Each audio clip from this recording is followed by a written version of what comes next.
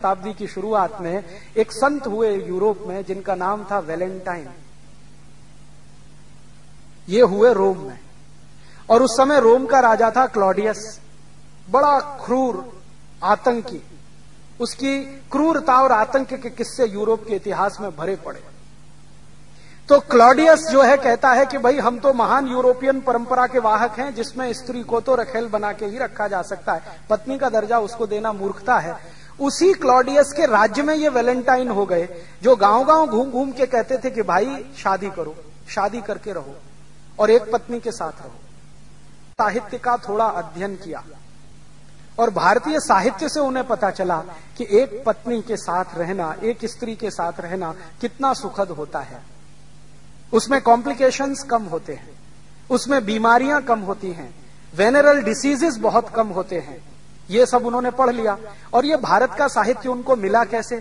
ये मिला इस तरीके से कि भारत का व्यापार बहुत चला है यूरोप के लोगों के साथ वाया अफ्रीका। 5वीं शताब्दी की शुरुआत में और 4वीं शताब्दी के अंत में वैलेंटाइन को भारत का कोई शास्त्र मिल गया। उसका उन्होंने अध्ययन कर लिया।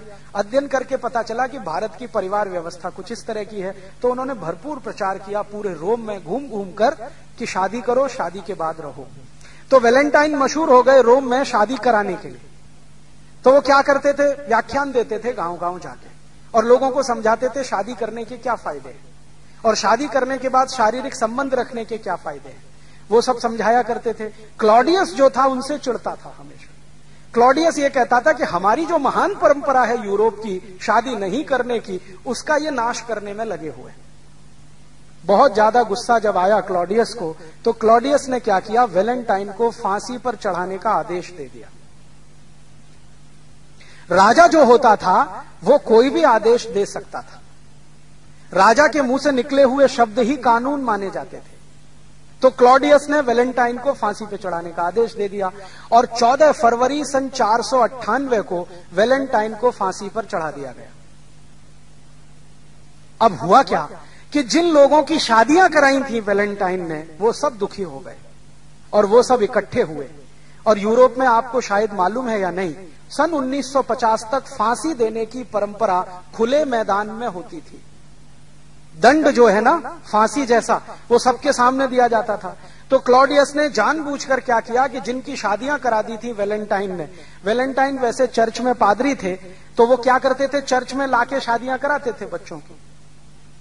तो जिनकी शादियां कराई थी क्लॉडियस ने उन सबको इकट्ठा करके उनके सामने क्लॉडियस के अधिकारियों ने वैलेंटाइन को फांसी पे चढ़ा दिया। तो उनके जो चेले चपाटे थे वैलेंटाइन के, वो सब बहुत दुखी हुए।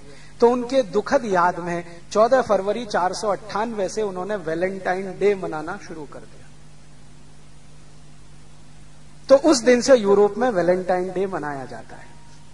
माने वैलेंटाइन एक ऐसे व्यक्ति जो शादियां कराते फिरते थे, उनको चूंकि राजा ने फांसी की सजा दे दी, तो उनकी याद में वैलेंटाइन डे मनाया जाता है। ये है वैलेंटाइन डे की हिस्ट्री का उनका पारिवारिक जीवन। अब हमारे यहां ये जो वैलेंटाइन आ गया है, स्कूलों में, कॉलेजों में बड़े धूमधाम से मनाया जा रहा है और हमारे लड़के लड़कियां बिना सोचे समझे एक दूसरे को कार्ड दे रहे हैं। वैलेंटाइन डे के कार्ड छपने लगे और उसमें अंग्रेजी में लिखा होता है, would you be my Valentine this year, would you be my Valentine this year. और ये जो लड़के लड़कियां हैं, इनको कुछ सोच समझ तो है नहीं, तो ये अपने दादा दादी को भी वही कार्ड दे देते हैं, would you be my Valentine this year. अपने मम्मी पापा को कार्ड दे देते हैं, would you be my Valentine this. फिर उन कॉन्वेंटों में बड़ी बड़ी विचित्र विचित्र चीजें सिखाई जाती हैं। आजकल सिखाया जाता वैलेंटाइन डे, सेलिब्रेट करो वैलेंटाइन डे। ये वैलेंटाइन का किस्सा क्या है?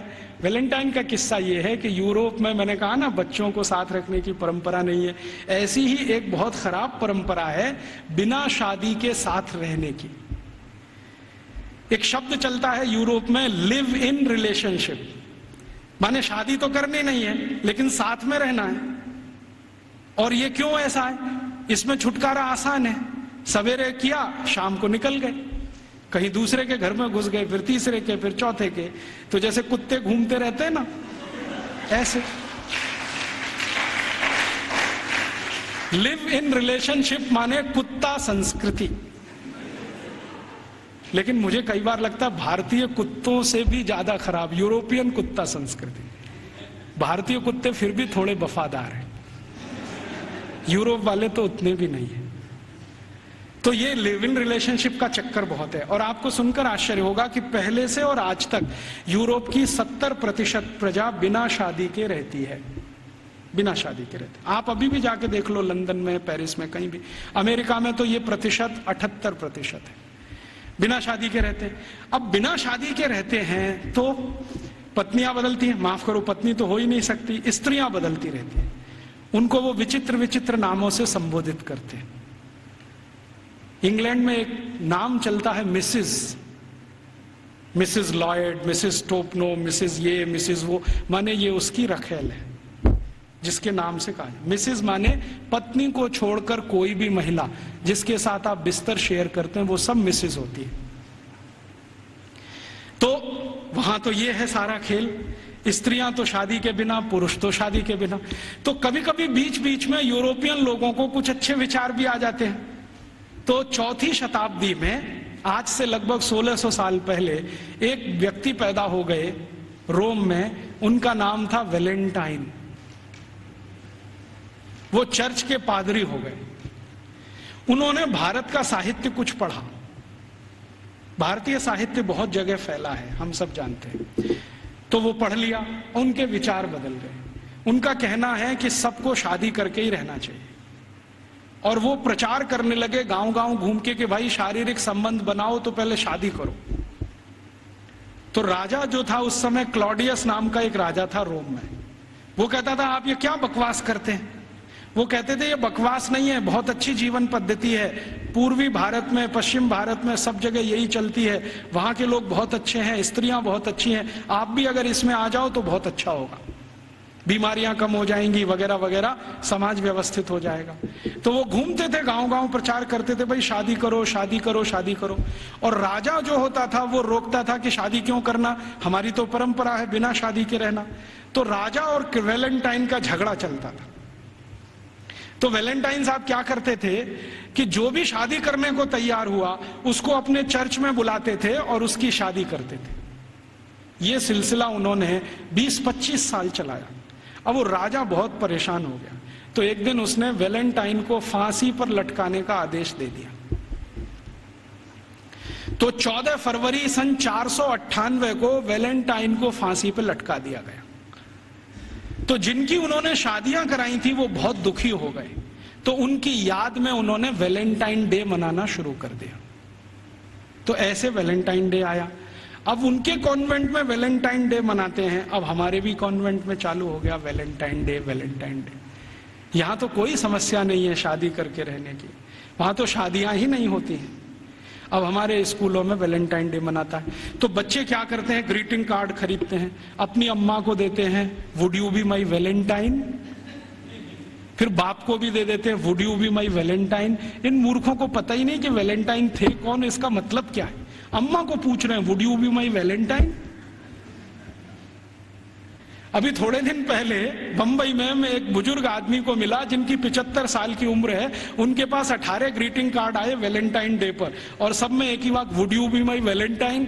75 साल के बुजुर्ग आदमी से लड़कियां पूछ रही would you be my Valentine. ऐसा अधकचरापन है। ये सब कॉन्वेंट में से हमारे बच्चे सीख सीख के निकल रहे हैं। और इन कॉन्वेंट स्कूलों में क्या क्या सब सिखा दिया। वो कहता था ना मैकॉले ये कहता था कि ये जो कॉन्वेंट स्कूल हम चलाएंगे इनमें शिक्षा मिले ना मिले, संस्कार अंग्रेजियत के हम जरूर देंगे। तो क्या होगा, तो कह रहा है वो कि भारतवासी जितने साल इसमें से पढ़कर निकलेंगे ना, तो वो शरीर से दिखने में भारतीय होंगे, आत्मा से अंग्रेज हो जाएंगे, फिर यही हमारी मदद करेंगे और भारत को गुलाम बनाए रखने में व्यवस्था करेंगे। तो संस्कार देना है उनको तो अपना, तो वो दे रहे हैं। अब वह जो कॉन्वेंट में वैलेंटाइन डे सिखा दिया, फिर उन्होंने पता नहीं मदर्स डे सिखा दिया, फादर्स डे सिखा दिया। मदर्स डे पता है क्या होता है यूरोप में? यूरोप में एक और बहुत पुरानी परंपरा है, प्लेटो के समय से चली आ रही है, कि बच्चे जब पैदा हुए ना तो घर में तो रखने नहीं है, बाहर छोड़ देने हैं। तो उन बच्चों को मां का दूध नसीब नहीं है, तो चर्च में जो होती है ना, सिस्टर्स होती है, वो अपना दूध उनको उपलब्ध कराती है। अब आप में से कई लोगों को यह प्रश्न होगा कि बायोलॉजिकली यह संभव कैसे है? वो नर्स तो मां बनी नहीं, तो उसको दूध कैसे आएगा? लेकिन अभी आधुनिक विज्ञान ने यह सिद्ध कर दिया है कि कोई बच्चा लगातार 2-3 दिन तक बिना विवाहित किसी महिला को लगातार स्तनपान करे तो चौथे 5वें दिन से दूध आना शुरू हो जाता है। तो उनके यहां नर्सिंग जो होती है वो सिस्टर्स के द्वारा होती है या नर्सेस के द्वारा होती है, मां नहीं करती है। लेकिन कभी कभी साल में कोई एक दिन मनाना हो तो वो मदर्स डे मनाते हैं, जिस दिन मां अपने बच्चे को दूध पिलाने के लिए वहां जाती है कॉन्वेंट, तो उनके यहां मदर्स डे होता है। ऐसे ही उनके यहां फादर्स डे होता है। फादर्स डे का चक्कर क्या है? यूरोप के बच्चे वैसे तो घर में रहते नहीं, जो गलती से किसी ने रख लिए तो उनको अपने बाप के साथ खाना खाने का अधिकार नहीं है। डाइनिंग टेबल पर अपने बाप के साथ वो नहीं बैठ सकते। बाप अपने डाइनिंग टेबल पे खाना खाएगा दोस्तों के साथ, जब वो चला जाएगा खाना खा के तो बाद में बच्चे डाइनिंग टेबल पे बैठते हैं। लेकिन साल में कोई एक दिन वो फिक्स करते हैं जब बच्चे बाप के साथ बैठे डाइनिंग टेबल पर, उस दिन वो फादर्स डे मनाते हैं। अब उनके मदर्स डे, उनके फादर्स डे, उनके ब्रदर्स डे, उनके सिस्टर्स डे या उनका वैलेंटाइन डे, उसके पीछे कुछ कहानियां हैं। हम बिना सोचे समझे अंधों की तरह से इस पे लग गए। कई बार मैं देखता हूं अजमेर जैसे शहर में, जयपुर जैसे शहर में मदर्स डे पे रैली निकाली जा रही है, प्ले कार्ड लेके बच्चियां अपने अपने हाथ में जा रही हैं, स्कूल कॉलेज उनका छुड़वा दिया जाता है, और ये सब मूर्ख सरकारी अधिकारी किया करते हैं। फिर फादर्स डे पे निकालते हैं, फिर इस पे निकालते हैं, ये सब तमाशेबाजी। ये मैकॉले हमारे यहाँ छोड़ के गया, और वो बार बार कहता था कि हमें संस्कार देना है, शिक्षा दे पाए ना दे पाए वो महत्व का नहीं, अंग्रेजियत का संस्कार देना है। तो वो दे गया। अब वो हमारे खून में घुस गया, और इतना घुस गया है कि कुछ समझ में नहीं आता ये निकले कैसे।